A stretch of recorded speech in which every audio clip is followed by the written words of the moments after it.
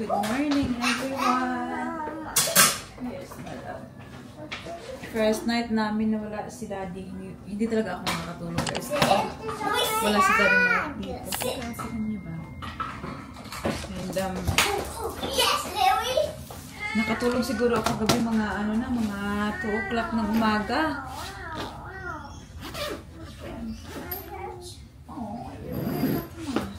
Tapos yung ginawa ko guys, nag-map na lang ako ng sahig, everything kasi hindi na ako makatulog. And then, nung nakatulog na ako, I've been dreaming. Tapos, mga 5 o'clock, yung phone ko nag-ding. Narinig ko kagad pag ganyan guys, especially wala si Daddy Mike dito. Or kahit nandito si Daddy Mike, kapag yung phone ko diding, may nagme-message ganyan, natataran talaga ako guys. Kasi iniisip ko sa Pinas, kung okay lang ba sila. And, you know, last night, Daddy Mike wala dito, ano ba, dinala na ba siya para sa, para operahan, ganun. So, buti na lang, normal lang, nag-ano lang siya, good morning, kasi hindi din siya makatulog. Kasi yung katabi daw niya, ang lakas daw humilik, kaya hindi siya makatulog. We can only put one, okay? You have to choose which one. This one is nice. I like this one better. This one? Yeah, I like this one too. I want the watch. Oh, okay. Can you put that back where the toys are? Thank you so much. I got my nails done. I got the flowers. Tricky guys, it's only a hair clip. I love this hair clip. It's so cute. I love it. Okay, so guys, if I'm going like that. Alam niyo ba, nag-message si Daddy Mike sa akin ngayon lang. Yung katabi niya kahapon sa sa bed, she just received a really upsetting news today. Yung sabi, kailangan nilang putulin yung paa niya. Alam niyo ba, hindi dahil sa like broken or whatnot, it's because of infection. Infection is, oh my God. Kaya nga sinasabi namin kay Daddy Mike, all the time, just go Lord, like, wag kang, yung masyadong pa, ba, parang, kasi para kay Daddy Mike, like, oh no, I feel alright, ganito, ganyan, but nakakatakot since, my broken bone. So, anyways, I feel sorry for that person. Like, babae pa. So her life's going to change forever, you know? Do you want to do it again? It's really sad. Remember you played this? Okay, Louis, Mama will have to take Addis to school. And then, when I come back, Mama will take you for a walkie, okay? Alright? You don't poo-poo like yesterday, my God, anak. Mama? Mommy? Where's she? We should sign Selena up for this. Okay, anak ko, come on. So, si Baby Celine na merong school today, guys. We're just dropping Ate Paris first. Tapos, yeah. I-drop ko ang ating Baby Celine. Tingnan nyo ang kanyang pa-outfit. Oh, iba yung ipapasuot ko kanina. Naka-jeans. Ayaw niya talaga. Naka-boots pa yan. Nak, ulan sa inyong bukid lang? Huh? Ulan sa inyong bukid? No, Loading. No. It's been raining. When? Last night, maybe. But I don't hear anything. Because you were sleeping, nak. Hagok pa kaya pala mong lubot, nak.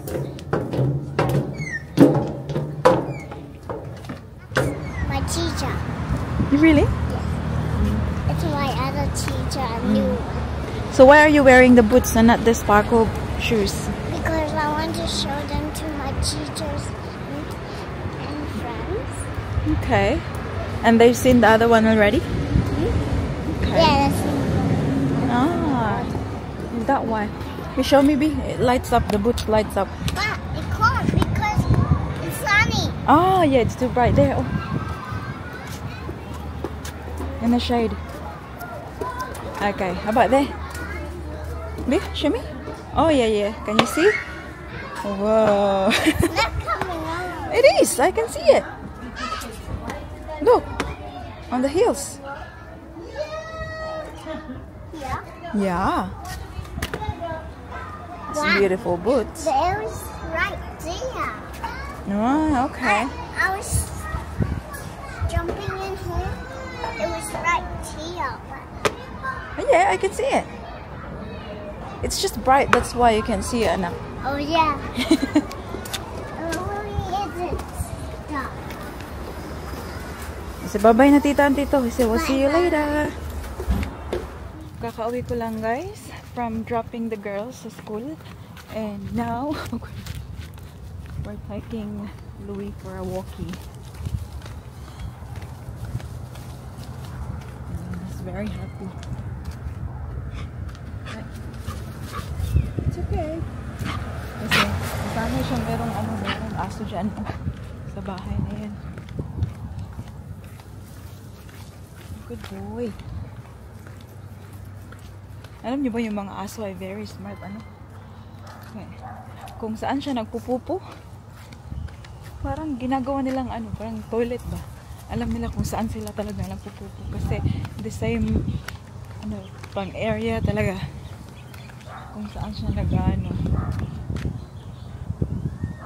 magpo. So ang ating Daddy Mike guys, update. Pinaliguan na daw siya para sa surgery, pero wala pa ring update kung anong time yung operation. Sabi niya, "Do you wanna come here?" Ito na nga sinasabi ko guys, dito siya nagpupupo. Tapos pick upin natin. Ganda ng araw for walking. Kasi the sun is up and it's cool. Yung breeze ba, maginaw na. Malapit na kami sa bahay guys. So nakapupo na si Louis. So I'm happy, he's happy. I think ang daming gagawin ni Mommy today. So after ko itong ibalik sa bahay, I need to kailangan ko pumunta ng post office. I have a few items to post. And then kailangan pumunta doon sa alam niyo yung tindahan kung saan ako nagrenta ng rack. Kasi kailangan ko mag-replenish ng items doon. And then after that, kailangan natin pumunta ng UPS kasi meron tayong box na dumating, mga stocks. So, busy by the time matapos ko yan guys, pick up na kay Ate Paris. And hopefully, Daddy Mike will be finished by then, but we'll see how we go. Pero punong-puno yung schedule ni Mommy today. I'm happy na si Celine ay nasa school din guys kasi alam niyo yun, parang mabilisan yung ni Mommy. Mga galawan ba? Galawang ninja. Kasi iba pag si Celine, diba? Kasi kailangan ipasok sa sasakyan. Slow down talaga.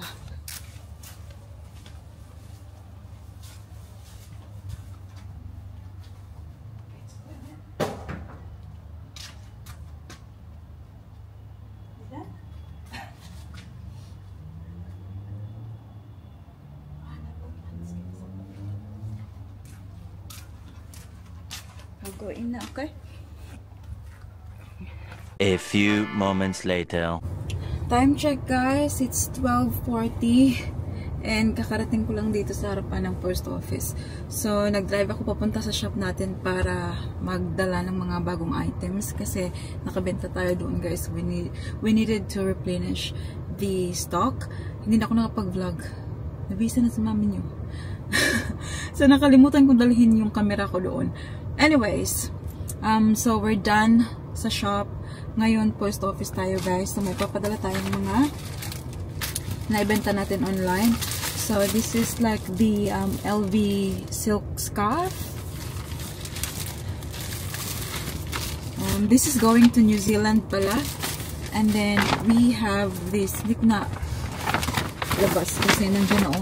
It's a Chanel jacket and that is going to the US.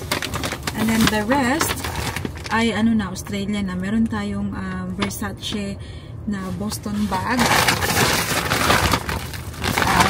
Yes, Australia na to siya. Ayan, ipasok ko na rin sa dust bag niya. So 1, 2, 3, 4, 5. I think a total of 5 items post natin. And then we're done here kasi oh my god. Alam niyo yung kapag may kayong time mo ba like galakbon mo ang oras.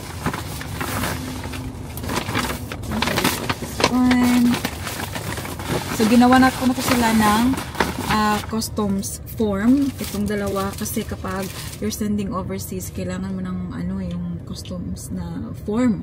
So, kapag ginawa sa shop, patatagalan ako sa bahay. Habang pinapakto ko sila, nag-ano na ako ng custom para pagdating ko dito, yung i-scan na lang nila yung tawag dito, yung code para diretso na. Anyways, let's go.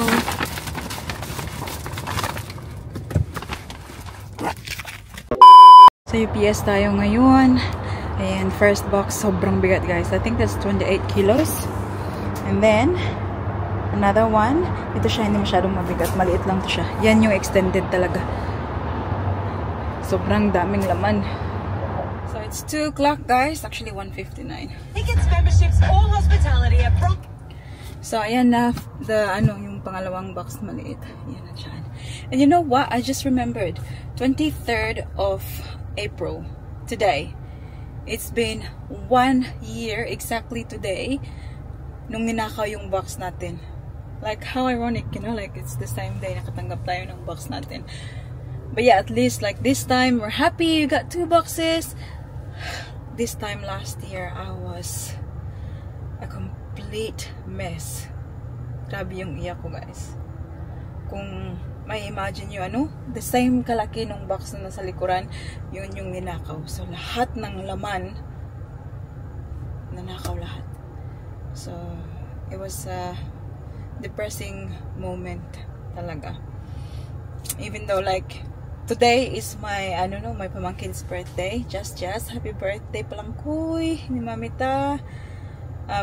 Yeah, last year, na talaga ako, guys. Parang hindi ko na masama sa celebration, ganyan, kasi nga very depressed ako guys dahil sa box. But yeah, thanks God, you know, like yung buhay talaga ay tawag dito, you're not always down, you know. May mga time, may mga pangyayari talaga na sumusubok sa'yo, kasi sabi ko talaga before, ayoko nang mag ganito kasi nga nakaka-down. But then I didn't let that stop me from doing what I really love. And you know, like, because this is my little business, it's helping the family. And like, pagpatuloy ko talaga hanggang sa lumago ito ng lumago, guys. Kaya kahit na pa konti-konti lang, but still, like, we're making pesos pa. Hirap kayang kumita ng piso, guys. Dapat lang talaga hindi sumuko. Yun lang talaga, guys. Hindi sumuko. Yung buhay ay punong-puno ng pagsubok, guys. But habang may buhay, may pag-asa.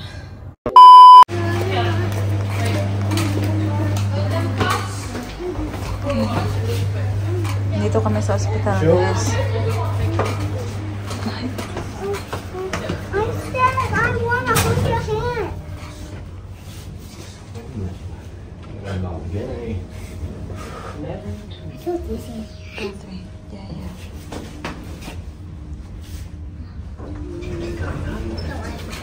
Bibisitahin namin si Daddy Mike, guys. So, after ng Jiu-Jitsu natin Paris, diretso kami, pick up namin si Baby Celine, and diretso kami dito sa ospital, guys. Believe it or not, si Daddy Mike natin ay hindi pa na surgery. So, he's been here for probably second night. No, this is 3. Look at that. So, we're going to surgical care unit. Yeah, this one. This way to surgical care unit. And so, hindi pa nakapagbihis yan. Ayan, hindi na nagbihis kasi sabi ni Daddy Mike hanggang 8 o'clock lang daw yung visiting time dito. So, kailangan punta kami dito kasi gusto niyang kumain ng dinner with us. Kawawa naman yun, guys. Mingaw-mingaw. I don't like this smell. I like this hospital, of course, Paris. So we're gonna go there? Yeah, I already asked. Are they okay? Yeah. Okay. Are they getting a wheelchair? No, I use my crutches. Okay. What if it's gonna rain? It's a bit. Daddy. Daddy. Why do you go to the cake? Yes. Because I'm still a patient. Okay, let's go. Come on. Kapak guys, punta kami ng Nando's. Ayan, gusto mo dali makikita kumain. Harapan lang ng hospital. Tingnan nyo. Hi guys! Hi! Malapit nang mag 11 o'clock guys. Ngayon lang tayo nakapag-vlog ulit. Kasi pagka-uwi namin kanina galing sa hospital, si baby Selena ay very sleepy na. Actually nakatulog siya sa sasakyan. And then Ate Paris as well. Sleepy na talaga sila guys kasi anong oras na. Kaya hindi na kami nakapag-vlog pagdating namin dito. Anyways, they're about to sleep now. So Mama's just gonna get ready for bed as well. Naghihilamos tayo. So it's another night guys dito sa bahay. Nawala si Daddy Mike. Kami na naman ng mga kids. Hindi naman ako makatulog ng mabuti nito. So yeah, update. Yun na nga na-mention ko kanina. Konti lang. Na si Daddy Mike nasa hospital pa rin kasi hindi pa rin siya na operahan. So they're still waiting for a doctor to perform the surgery on him. Tapos ngayon, kasi kahit na nakalagay siya sa emergency board, hindi ibig sabihin na diretso siya yung mauuna. Kasi inuuna nila yung talagang emergency. And in Daddy's case, hindi talaga siya sobrang emergency kay Daddy Mike guys. Nag-decide lang talaga sila na nung araw na pumunta kami na lang kasi nga sobrang busy. Yung best time na gawin kay Daddy Mike. But in the beginning, sabi naman nila na, you should do it within a week or 2 weeks. So, hindi talaga na sila binangan chop-chop. Kailangan na talaga ganito. Anyways, so si Daddy Mike, maghihintay na naman siya sa hospital, guys. Tomorrow, hindi pa rin natin alam kung operahan siya bukas. So, kanina, like, he's fine. Yeah, nakita niyo siya kanina. He's using his crutches and that. Lumabas kami, kumain kami. Diyan lang naman sa part lang din naman ng hospital. But yeah, he's so bored. But yun na nga, what can we do? We have to follow. Sabi nila, kapag daw dumating na ng 3 days, parang pinupush na nila. Sinasabi nila na kailangan na talagang operahan. But if tomorrow walang mangyayari, I am thinking na yung gagawin nila guys, siguro i-release na lang nila sa Daddy Mike. Tapos reschedule na lang. I think gano'n na lang siguro. So I don't think they'll keep Daddy Mike there for longer than 3 days. Kasi 2 nights na. Tonight. So ito yung ginagamit ko. Beauty White. So ito yung Rejove cream nila. Very yung consistency niya, ganyan. Hindi yung bet ko yung nila, yung day cream. Kasi gag-glide lang sa mukha ba.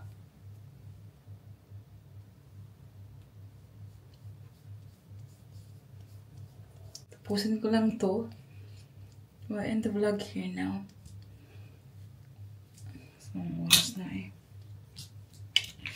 Thank you all so much for always watching guys, and please include Daddy Mike in your prayers. Sana maoperahan na para makauwi na siya ng bahay ba. We'll just do a quick shout out before natin i-end yung ating vlog. Shout out to Zil Tugado. Nagsabi siya dito guys, sana mabasa mo comment ko. Huwag ka na pa-laser ng face mo bili ka na lang ng Eskinol Calamansi at Shinsansu Blue sticker. Promise, maganda siya kasi ako na-stop na sa derma. Please. Yes, sis, talagang hindi na ako papalaser.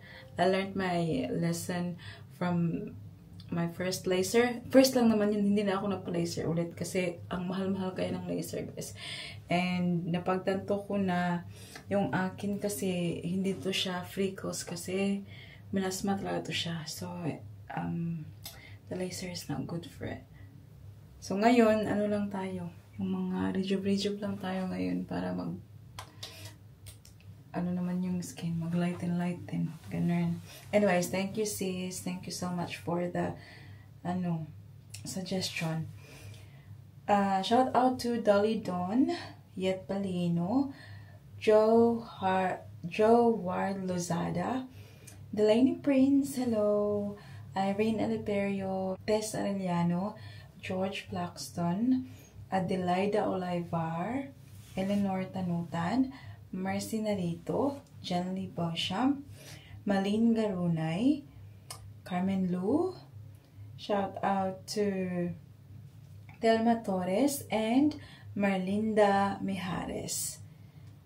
Thank you guys for watching today's video. I hope that you enjoyed. Please don't forget to give this video a thumbs up if you like it. And make sure to hit the subscribe button to be a part of this family. And I hope to see you all in the next one. Don't forget to be good. And if you can't, be careful. Bye. Mwah.